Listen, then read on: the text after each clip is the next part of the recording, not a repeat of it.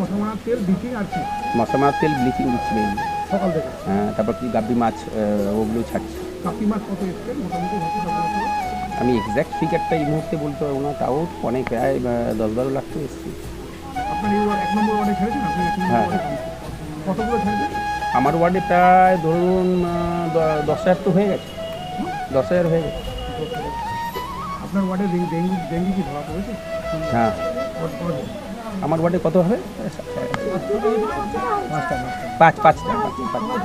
হ্যাঁ, সুস্থ। এটাই একটা ভালো লক্ষণ, মানে সব সুস্থ হচ্ছে, খুব তাড়াতাড়ি সুস্থ হচ্ছে।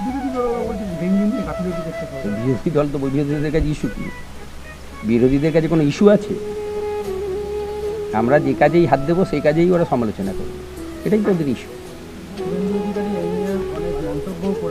করবে, তৃণমূল কংগ্রেস রাস্তায় আছে, আমরা মানুষের পাশে আছি, আর ওরা টিভির স্টুডিওতে আছে।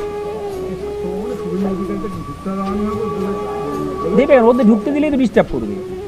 ওদের কোনো কনস্ট্রাকটিভ প্ল্যান আছে? কোনো পরিকল্পনা নেই, কোনো উন্নয়নের পরিকল্পনা নেই, শুধু এই ডেঙ্গু নিয়ে গভর্নমেন্টকে ক্রিটিসাইজ করা, সমালোচনা করা। কোনো গঠনমূলক প্রস্তাব আছে? কোনো গঠনমূলক সমালোচনা আছে? একটা বিরোধী দলের নেতার তার কোনো গঠনমূলক সমালোচনা করলে মানুষের অ্যাকসেপ্ট করে, সারাদিন সকাল দিয়ে রাত পর্যন্ত শুধু সমালোচনা করে।